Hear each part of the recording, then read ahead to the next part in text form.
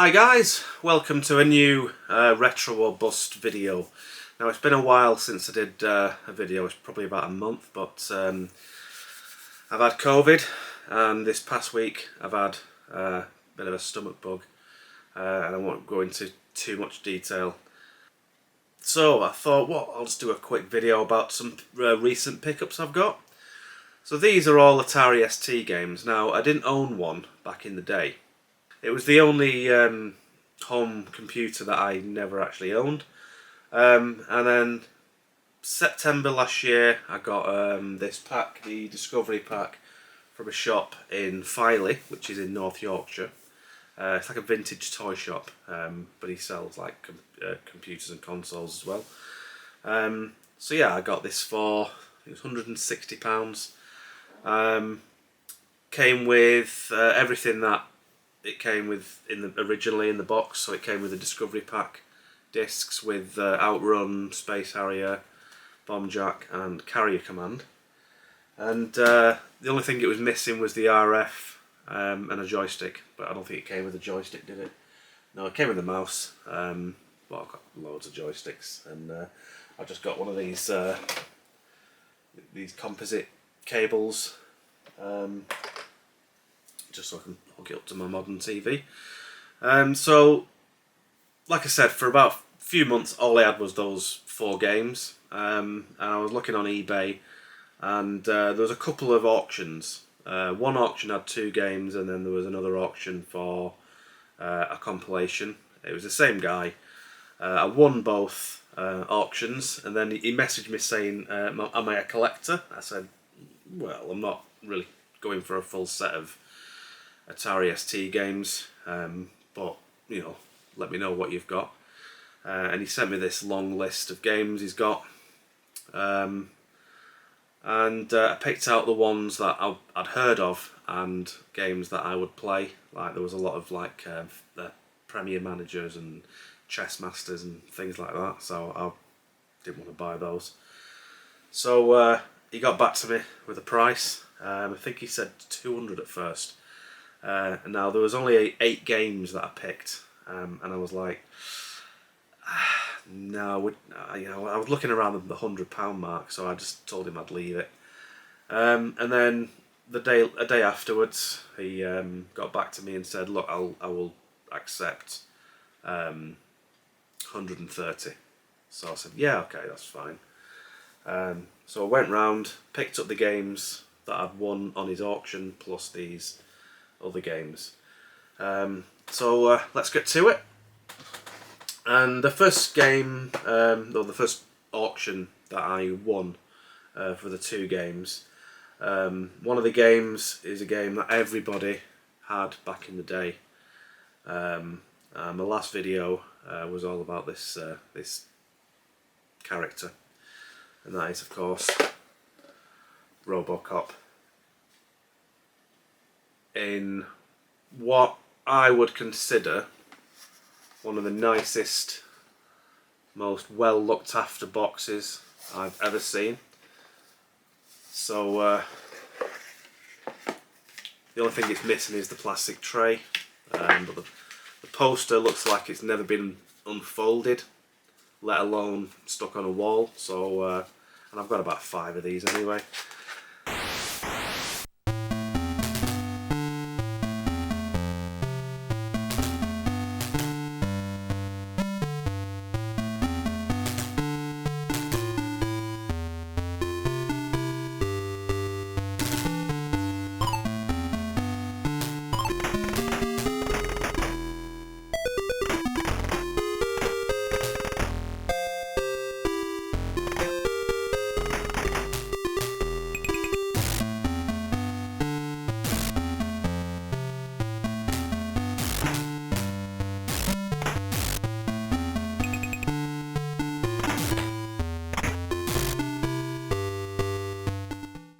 And the next one, no prizes for guessing what this one is, because it came with that one, RoboCop 2. Now, I don't think I had, no I didn't have this back in the day. I had it on the Amiga, but I didn't have it on the Commodore 64. yeah, I'm not really fond of this game. It's one of those games where, you know, there's no instructions, by the way. It's one of those games where when you die, you've got to go right back to the start of the level. I don't think there's any checkpoints. I don't know what Ocean were thinking with this game, because this game, I know, was like 18 months at #1 in the Spectrum charts, and you know, it was one of their biggest sellers.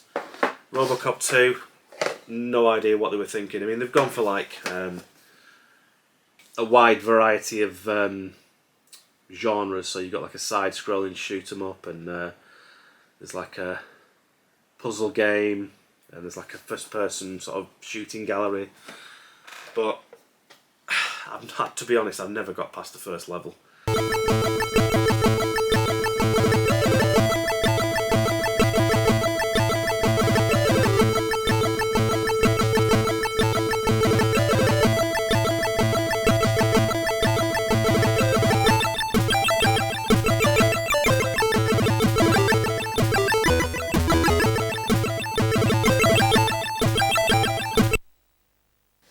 So yeah, it's not something I enjoy playing. I do stick it on from time to time, you know, try and persevere, but it's nowhere near as good as the first one. And the other auction I won, I think those two were £15. Like the starting bid was £15, and I was the only bidder, so I got those for 15. And this one, again, I was the only bidder, and I got this for £10. And this is Super Sega with 5 Sega coin-op conversions. It's got the instructions. I think it's got instructions and like the warranty card, and I think it's even got a receipt. Let's have a look when this was bought. So this was bought at a place called View Data from Ashton-under-Lyne in Lancashire. Where's the date? 29th of December 92. Not sure if that shop's still there.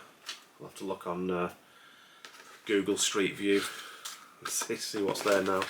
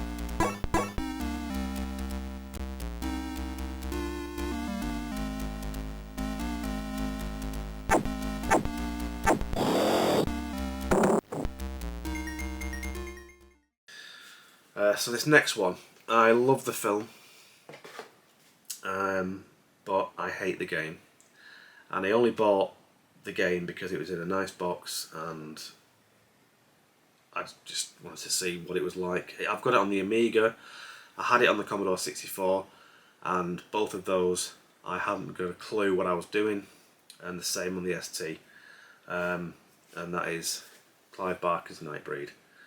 Now this is the action game. I do prefer the interactive movie on the Amiga, but this is just one of those games where you just like,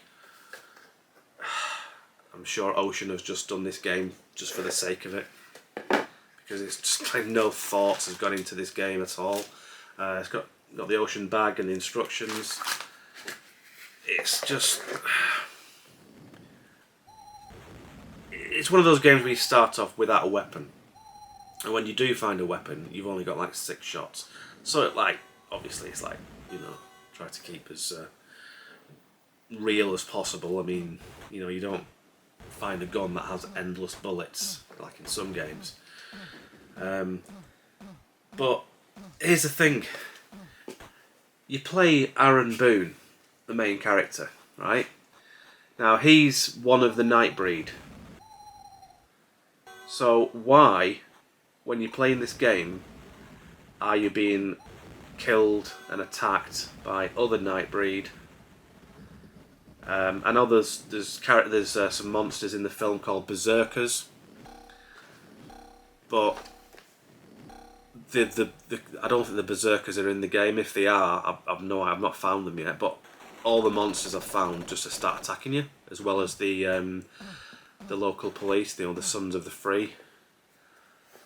But yeah, it's just, yeah, it's not a great game. Why is it not focusing? There we go. So yeah, you know, one of these days I will cheat and just have a look on where to go and what to do, because I'm just like running around aimlessly, no idea what I'm doing. So the next one, I got this because I've got it on the Mega Drive and I wanted to see what it was like on the ST. And it's bizarre because the game that loads up is different to what's written on the box, and that is Galaxy Force. So all over the box, you know, it says Galaxy Force, Galaxy Force, Galaxy Force, and on the label and on the instructions. But when you load it up, it's Galaxy Force 2, which is what I've got on my Mega Drive. So, does Galaxy Force exist? I mean, I know Sega did Afterburner, and then about 6 months later they released Afterburner 2, and it was exactly the same game but with a throttle. You know, did they do the same with Galaxy Force? I mean, I've never actually played this in the arcade. I've only played it on the Mega Drive. So yeah, this isn't the best. It's too busy. There's too much going on at the on the screen at the same time, and you don't know what to fire at and what's coming at you. So yeah, it's a lot better on the Mega Drive. Not so great on the ST. Or the Amiga, to be honest. I mean, I've played the Amiga version recently and it's exactly the same as the ST. Now next one is a game, I've probably got this on every single format, including the Nintendo Entertainment System. And it's a game I had back in the day, and this was the last version of the game I needed for a full set, and that is Teenage Mutant Hero Turtles, not the Ninja Turtles. So this is the European version. So I mean, I've even got it on the Amstrad disc, and I've not even got 6128 yet. So now this manual, every single version of this game has this same manual with the same anti-piracy chart thing. Now, I don't know if you can see If you can see that. Focusing. Yeah, it's basically black on maroon or black on brown. And even with my glasses on, I can't even see. They just look like black dots. So whenever I play this game, I've got to get my camera, open the app, zoom in, take a photograph, and then put my glasses on to read it. But yeah, it's not a bad game. It's I mean, I've got about 30 years ago, I got the Ninja Turtles version on the Amiga, and it's slightly different. It's hard to explain. It's as though ImageWorks took the code and everything for who made it on the Ultra Games for the American market, and sort of made it more colourful and made it look more like the cartoon, like the presentation.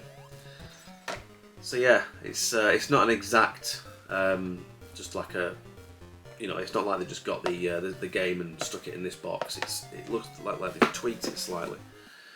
And the next game is another game I had years ago, but the music on this, I've got it on the Amiga and I've got it on the ST now, and the music on the ST sounds, honest to God, it sounds like an 8-bit computer, and that is Back to the Future 3. Now this is the only game he had that was pretty beat up. Tear on there, some rips there, and it's not got the free frisbee that you got back in the day. Now I prefer Back to the Future 2. I've not found that yet. And like I said, it's exactly the same as the Amiga, but the music is terrible.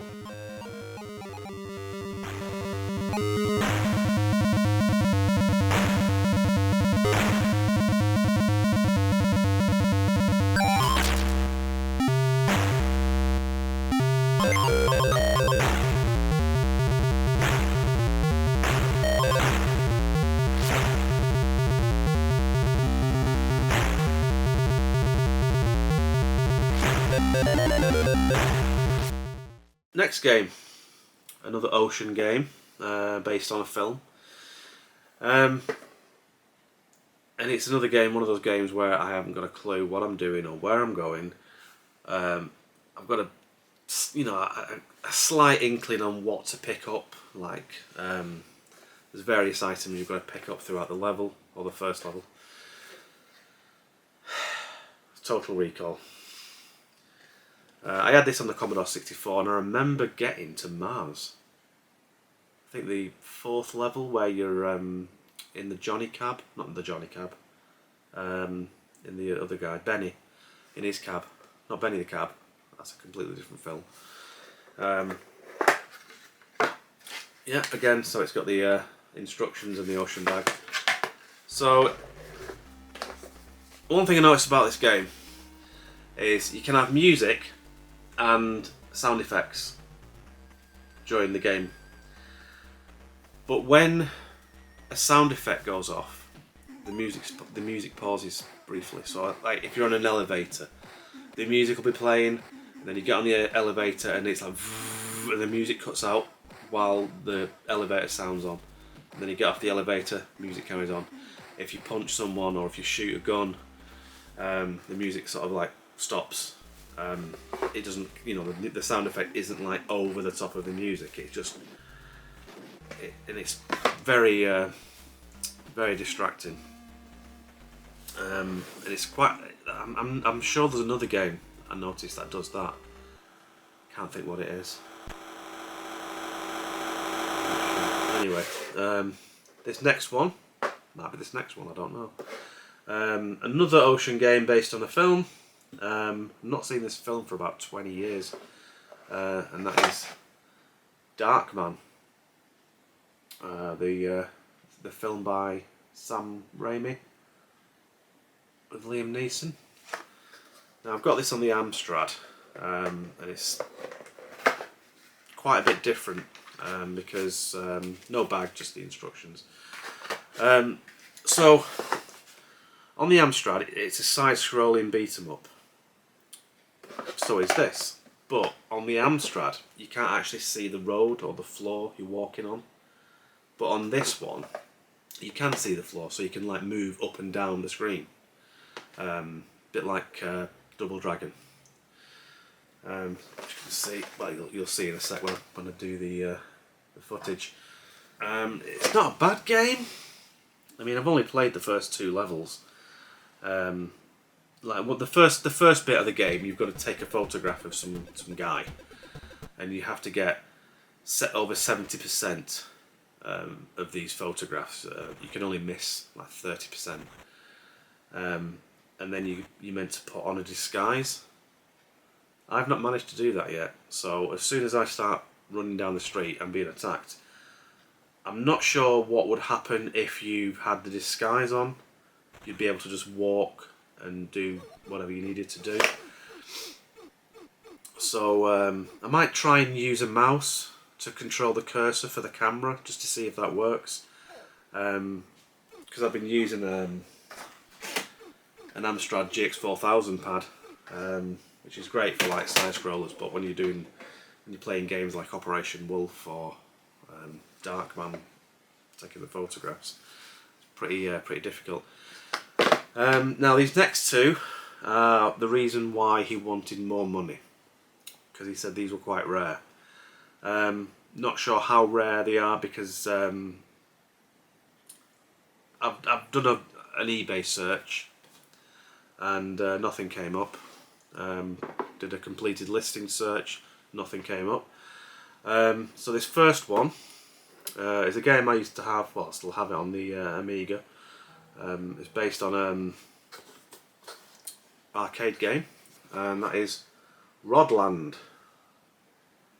So it's like very similar to Bubble Bobble, that kind of sort of single screen platformer, killing cutesy bad guys. Bit of a tatty bag, and it's just a folded up manual.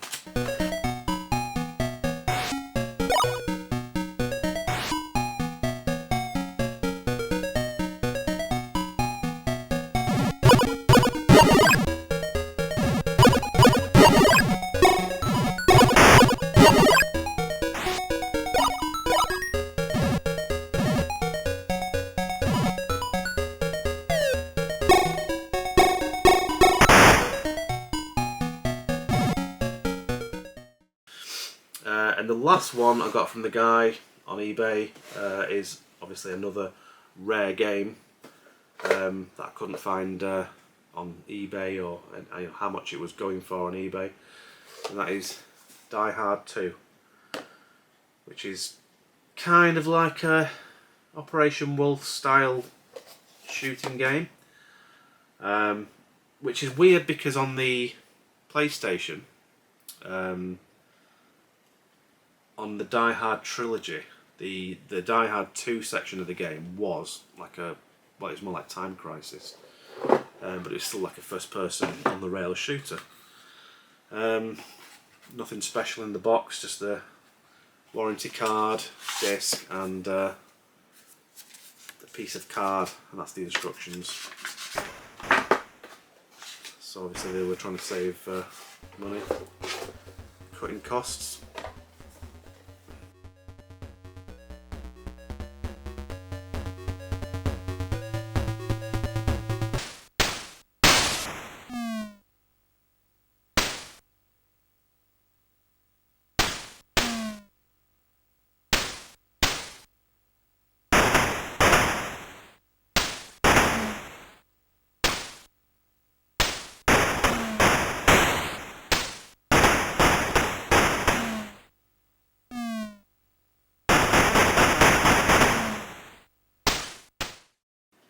Now this next game, like Robocop, I think everybody had it back in the day, and this one completes my collection of this game on all the formats, like Commodore 64, Spectrum, Amstrad, Amiga. It also got released on the Mega Drive and the Nintendo Entertainment System, but that was by a different publisher. This one's by Ocean, and that's Batman the movie. So it's practically the same game that's on the Amiga. You know, similar graphics,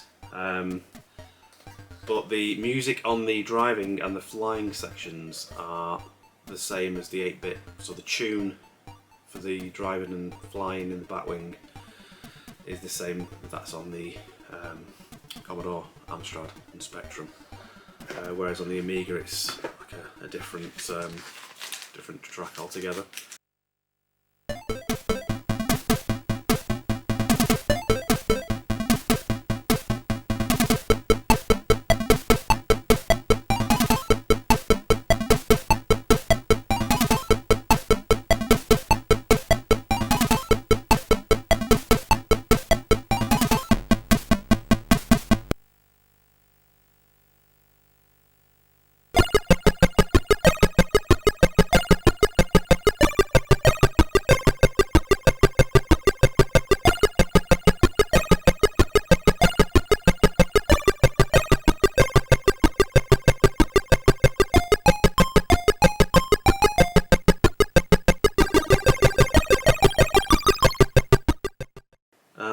Finally, now I only discovered recently that this was not an arcade game, because when I was searching through ROMs to put on my Robocop machine, I couldn't find it on any lists.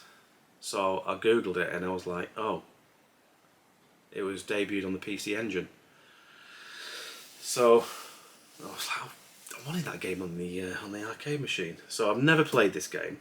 This is the first time I've ever played this game, and it's a kind of a third game in a trilogy, and that is Parasol Stars. It's Rainbow Islands 2, but essentially it's Bubble Bobble 3. And instructions, nothing else, no bag or anything. Box is a bit squished. If you can see that in the light there.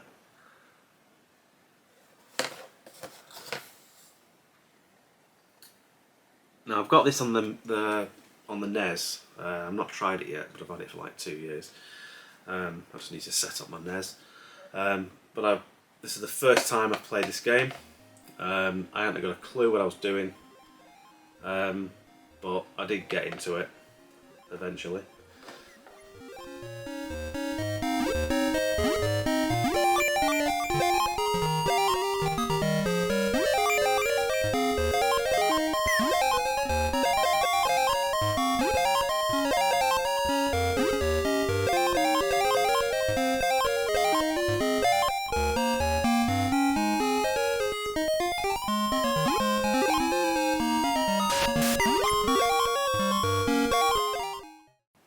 So that's the last one.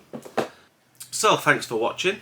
If you've liked this video, give it a thumbs up, and I'll be doing some more game pickups, and I might actually get back into doing some more toy reviews, because that's what I was doing when I first started the channel. I've got an idea on what I'm going to be doing next. I'm just looking at it in that cabinet there, but it's one of those things that's a bit awkward to film, because you can't like use a capture card or anything on it. Yeah, so keep an eye out for that one. I'll probably do that one next actually. So yeah, thanks for watching, and I'll see you on the next one. Bye.